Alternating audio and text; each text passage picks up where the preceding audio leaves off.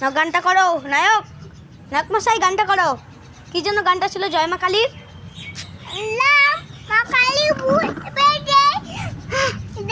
হ্যাঁ, তুমি জয় মা কালী গানটা বলো তো, দেখি কেমন লাগে।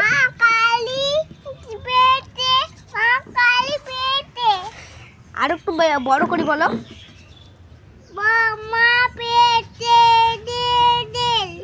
আরো বলো,